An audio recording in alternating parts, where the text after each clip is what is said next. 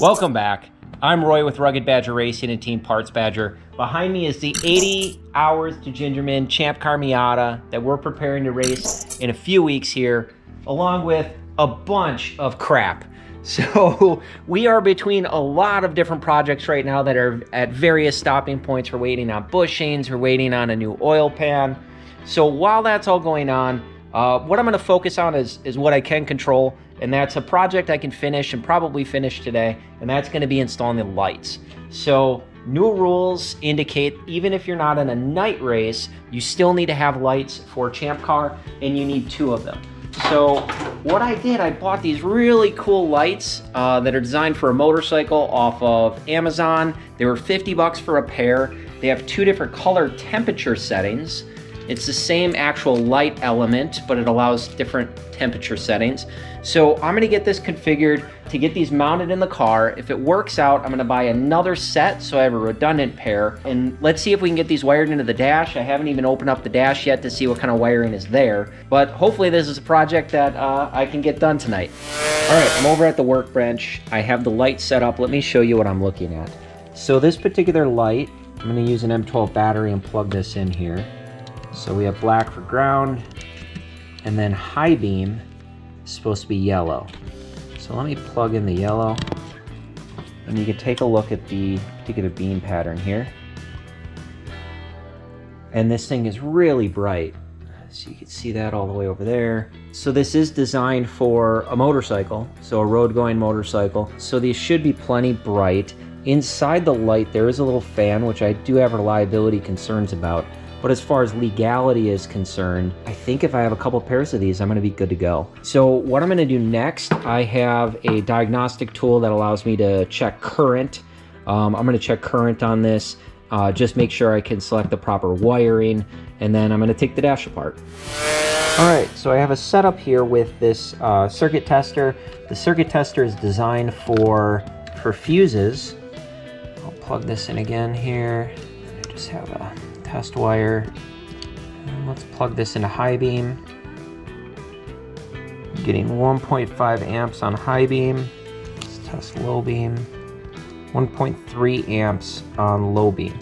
So I'll take a look, but I'm pretty sure any wire will do. That's not a ton of current. I think the leads here are probably around a 20 gauge, and I can take a look at that as well. Maybe even 22. So this is a pretty thin gauge. It's not a lot of current. I mean, the LED technology is pretty good current-wise. So I'm gonna match that up with a wire that I need to run, get that configured. Next, what I think I'm gonna do is pull the dash and look at a good place to connect all this in. All right, so I got the dash off.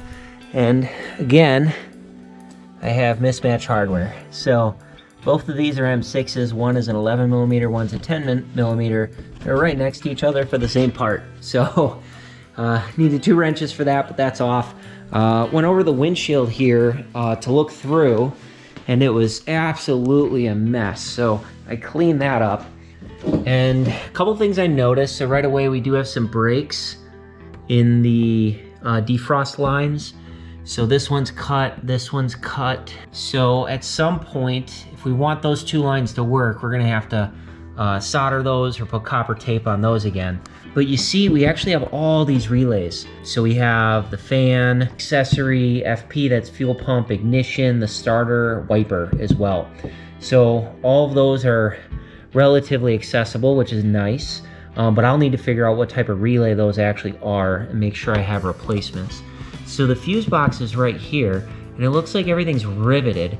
So I'm gonna see if on the front side we have any Velcro to get to that fuse box and see what's there.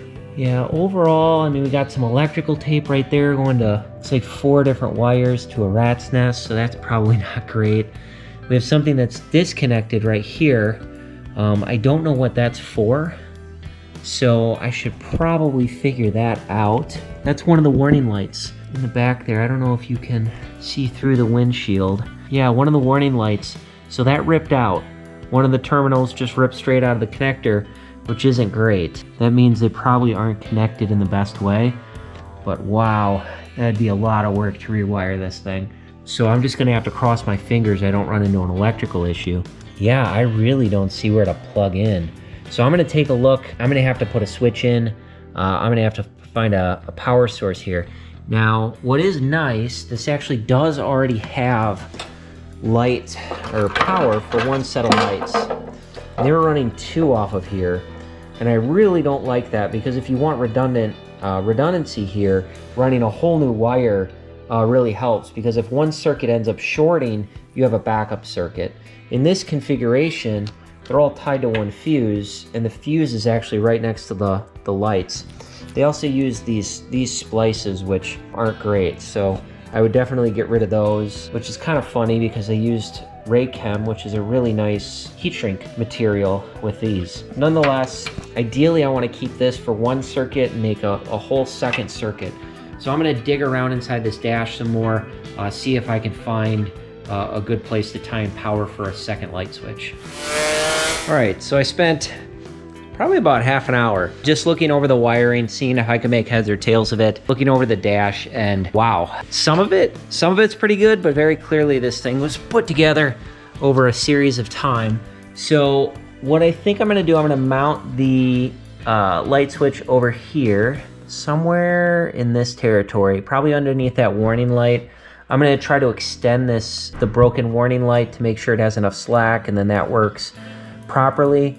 Yeah, we'll see how that goes. For power, I'm gonna tie into this breaker here, and I'm gonna put an inline fuse similar to one we have right here, because there's not an open fuse. Frankly, the fuses aren't labeled. I don't know which is which, and I can't really tell in all this. And I certainly don't wanna start playing with this wiring without an engine connected, because if I can't start that motor, I could be digging through this wiring forever. So with the motor out of the car, I'm gonna play it conservative. I think I'm just gonna tap into that main fuse box here, run a line over, and then that's gonna be where I'm gonna get lights from. And over here, I think that might be where the current light switch is. I actually didn't look for that. But anyway, I'll put the redundant one in there. So I'll go ahead and start wiring that.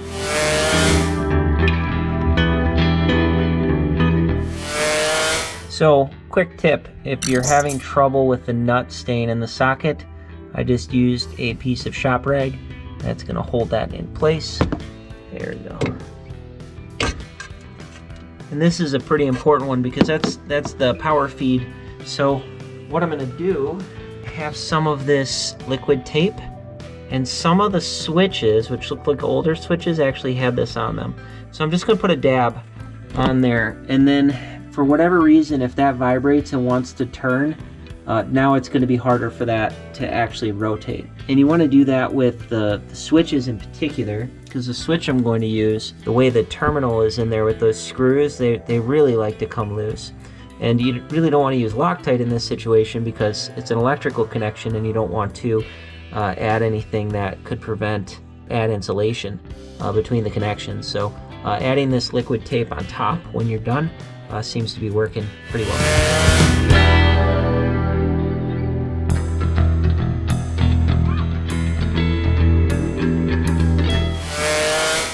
All right, so I'm ready to connect the switch. I want to do something a little bit different versus the liquid tape in this case. So I'm actually going to use shrink tube, and I'm going to put this over the connector and the screw.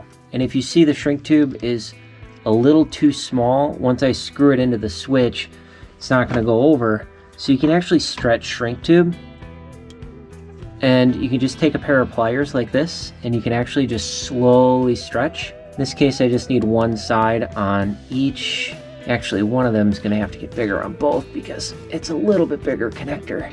I ran out of my thinner gauge and had to move up a gauge on the output. See if we get this to slide over. There we go. So once I screw this in, I can slide this over, and then I'm just gonna heat shrink that. Let me do the other, and shrink tube all the way over the screw. So now the screw's not gonna back out, and that's not gonna come loose, and it's gonna be pretty well insulated back there against the warning light and whatever hex switch that is, which I was looking at that switch in particular, and initially I thought it was an oxygen sensor, but it doesn't look like it. It's possible that that's actually the second set of lights. And actually, right when I said that, I can notice very faint magic marker that says light. So I bet you that's the front lights, which is interesting because it's really a massive gauge coming out of here and a massive gauge under the hood going to a relatively thin gauge near the lights. And just give a nice tug. These are on there nice and firm.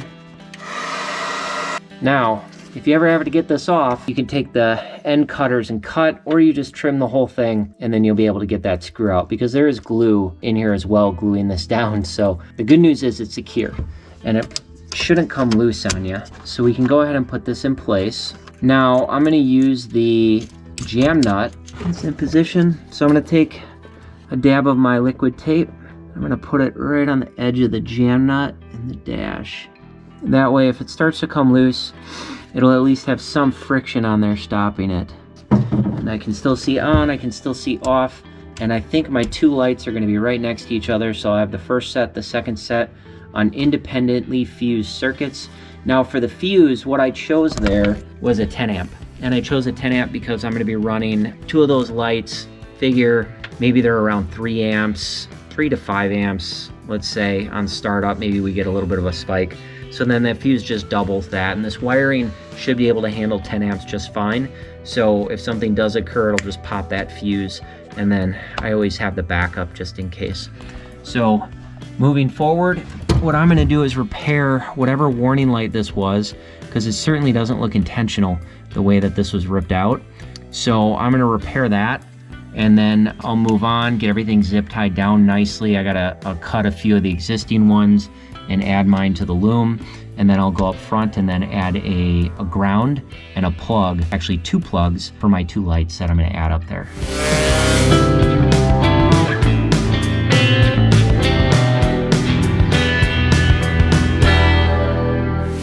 So I didn't make as much progress as I expected last night. I'm back at it again for a second day.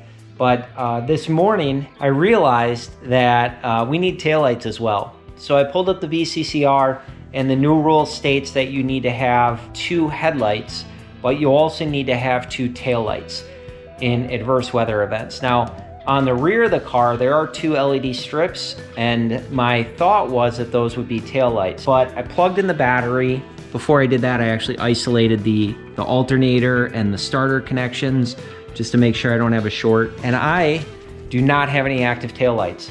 So not only do I need to rewire the switch I just wired, but I have to rewire the second light switch. The good news is I did confirm that that is in fact a light switch that's running power up to the front like I had thought. It's not tied to any particular circuit. They're both independently fused, which is fine, but I have no taillights. So now I have to run those, and then also the switch itself, that light switch is a light up switch, but it doesn't light up.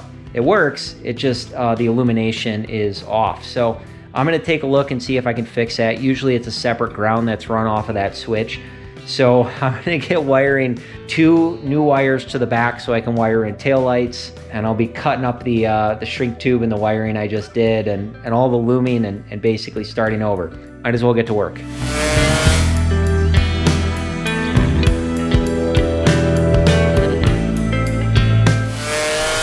So I have a really interesting situation. I took a look at the switch, and I found it went to this wire bundle. The wire bundle goes to a relay, and we have the switch input. We have raw power input, this one. So this would be raw power ground, switch, and then the third leg is power out. Now the switch then, which is the input switch, is actually tied to this wire here, which comes around and loops around the roll cage a couple times. That routes to the back. And then this snakes around and routes to the front. And I'm gonna see what else is tied to this, if it's only lights or if there's anything else tied to this in particular. Now, if we follow that red wire back, you can see I actually do have a tail light. The reason why it wasn't working earlier is the tail light's actually tied to this cigarette plug, and it was pulled out a little bit, which turns them off. I'm definitely gonna hook up a permanent plug to that. I'm gonna figure out why the second LED strip is not working. I still have to route my wire for the second set of lights in the back. And I'm gonna see if I can clean up that wiring harness in the front as well. So my 2-hour project, I'm already about 2.5 hours in, and I probably have another 3 hours to go to get all this cleaned up.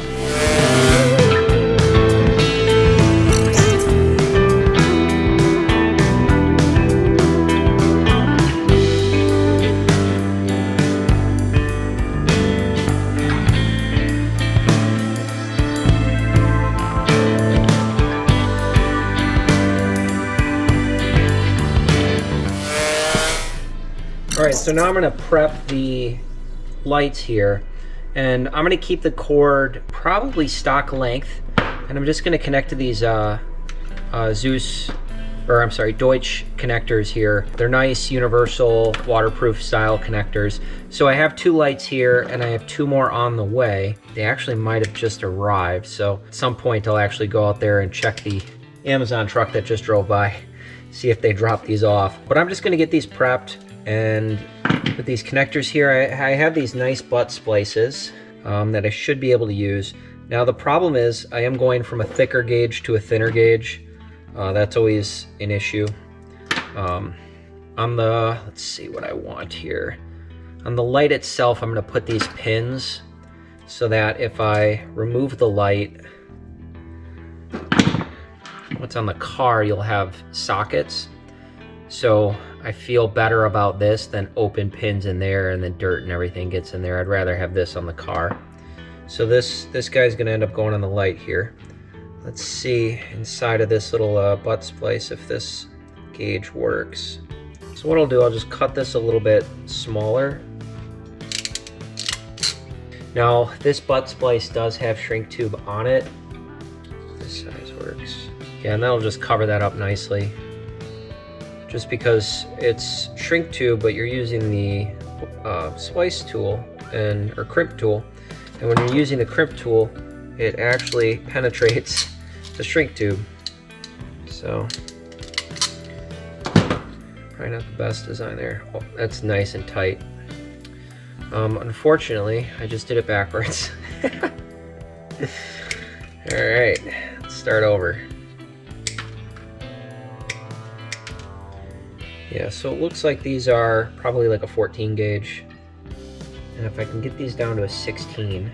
So now my yellow is the high beam. Now with the red, what I'm gonna do, I'm gonna pair that in with the yellow when I put this shrink tube over. First, I'm gonna shrink these. It will seal up the holes a little bit that were created by the crimp tool, just not all the way.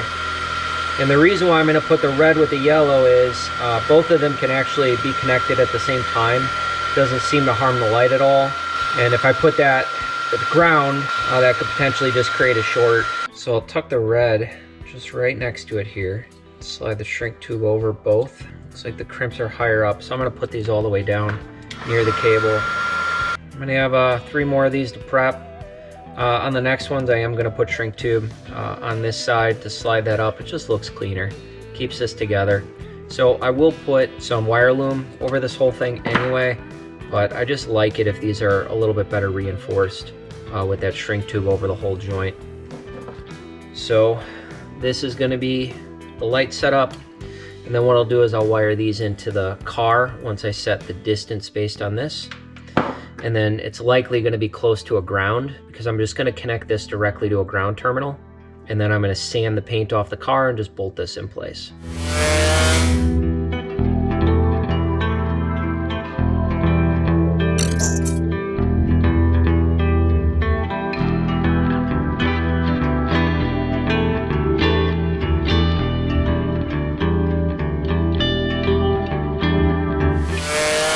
All right, so some updates. First off, I have a helper. So Brandon's here helping us out. He's cleaning up and then he's gonna move over to the hard top in a little bit here. I am running behind on a light project. So I do have the passenger side of the car, the light bracketing set up. You can kind of see the arrangement here. I'm trying to use the factory light cover, not any of the actual lens element, just the cover itself. To fit over these here. So what I did, I just cut this up, which is a lot harder than you would think, but I got one of those done. You can see the 2 lights mounted here. I only have 1 light on. And what I'm doing, I'm setting up redundant circuits. So I have a circuit on this side of the car. That's the one that I just rewired. That was part of the original. I have a circuit on this side of the car, which I wired. The one on this side of the car is gonna run a light here and here. The one on this side of the car is also going to run a light here and here. And you can see the connection in the middle going across, and I got a nice ground here, nice ground over there. Still waiting for the second set of lights to come in. But the reason why I want to do that is, just redundancy, you need 2 lights, and I would hate to get black flagged, because we have a light problem. So now one circuit could go down, one light could go down, and we're still going to be in good shape. We're not going to get black flagged. So with this setup here, you can zoom in on the brackets. And what I did, I used some weather stripping underneath here, and that way it's adjustable. And I hogged out the back that pivots along this point, so you can actually tilt the lights left, right, and then because of the weather stripping, depending on how tight you make it, you can go up or down. And when I measure against the garage door here, I have a really good angle. So I think these are gonna be really well positioned. So now I have to do the same thing over on this side. Hopefully this will go a little bit quicker. I already got some of the brackets prepped. This one, geez, I probably spent about 3.5 hours to get everything configured and then do some of the prep over here. So I'm gonna get cranking on those brackets, try to get this side set up, and hopefully we can wrap up this light project, at least move on to the rear.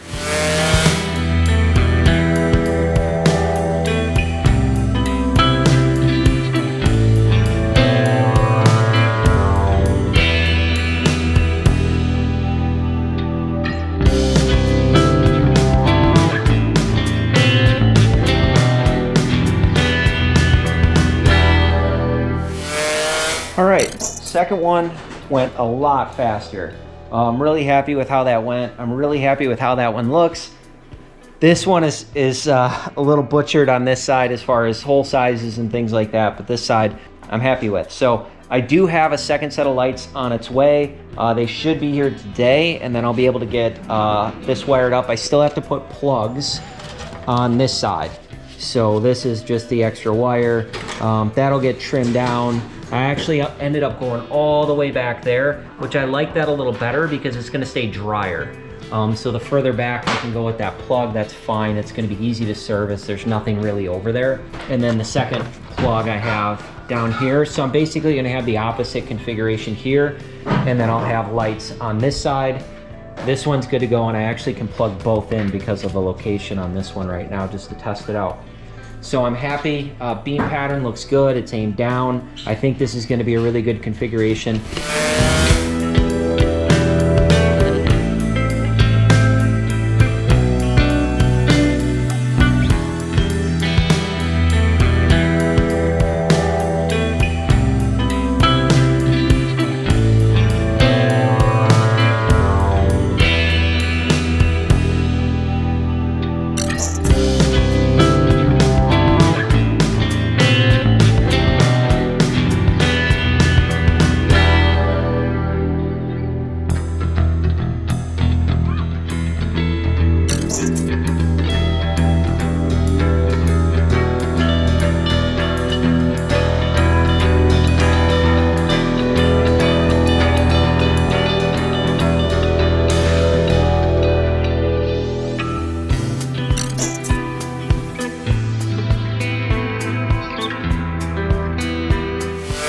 All right, I am happy to say I believe I'm complete with the lighting project. Now I'm gonna try to do this video fast because nothing about this has been fast. I've spent 14.5 hours on the light project. I had budgeted 2 hours and I thought I could get it in a night. I am on day 4, the morning of day 4. Yesterday was a 4 a.m. start. This morning was a little after 5 a.m. To get started to get this project wrapped up. I'm super happy with how it turned out. I'm not happy with the amount of time, but let me show you what I got. So turning the kill switch on here, I have 2 circuits. I have a primary circuit, which you see in yellow, and those lights are aimed low. I have a secondary circuit, which is white, and those are aimed a little bit higher. So, and both these circuits can be on at the same time. Now, you'll notice this particular switch was replaced. That's because the switch that was in there, I went to fix the illumination, and the terminals just pulled straight out of the switch. It was a low quality switch, so I got that replaced with a higher capable, I believe it's a 30 amp toggle switch. That's what it's capable of. Everything is now fused to 10 amps. It used to be fused to 40 amps. And the way it was fused in particular, it was fused 40 amps up to the switch for a trigger input for the relay, not the relay itself, which really isn't a good way of doing it. And I had a giant relay bundle under here as well. I took all that out. It wasn't needed, it wasn't wired properly, it wasn't trimmed. That's all fixed. I also had a rear line here that was looped around the cage that was providing the rear light, and it was unloomed. So now I have 2 circuits running to the back, and I picked up a stray wire as well. Got that in this nice loom here. Unfortunately, I ran out of black, so I stole some stuff from our Fast and the Furious car kit and used some blue looming there. But that's all loomed all the way back, including when it goes through the bulkheads.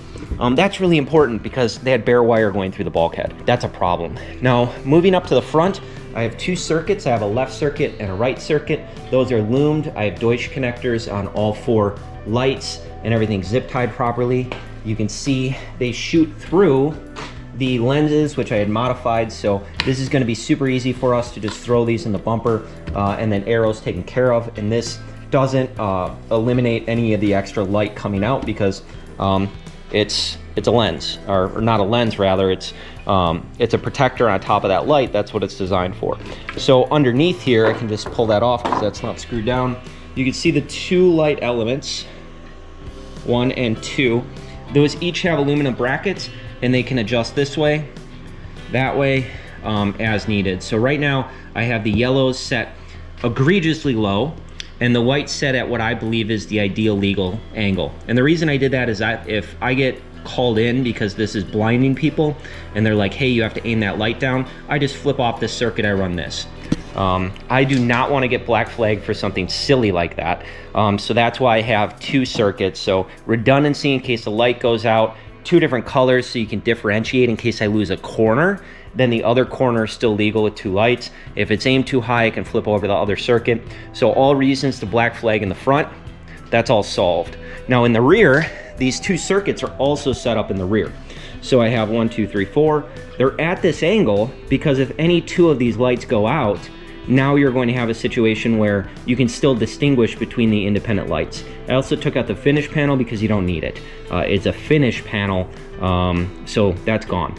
So we have redundancy in the back as well. I do not have 4 separated grounds. I just have 2 grounds, which I don't like, but frankly, I just ran out of time. Now on the cool shirt, I did get that installed, which I had 2 hours budgeted for that, so I'm gonna sneak back 2 hours of our 14 and a half. At least I can chew that out. I have that all nicely tied off and loomed as well. I'm really happy with the situation back here as well. Overall, we did get a few odds and ends done. This was a heck of a project, but I'm happy to say it's completed. I'm really happy with how it turned out. Now, we have very little time, and we still don't have the motor in the car. We got to get the drivetrain attached. We still don't have suspension on the car. So we have a lot of work to do yet. So I'm going to get back to work, move over to other projects. I appreciate you guys for watching. Hopefully these other things go a little bit smoother and stay on schedule.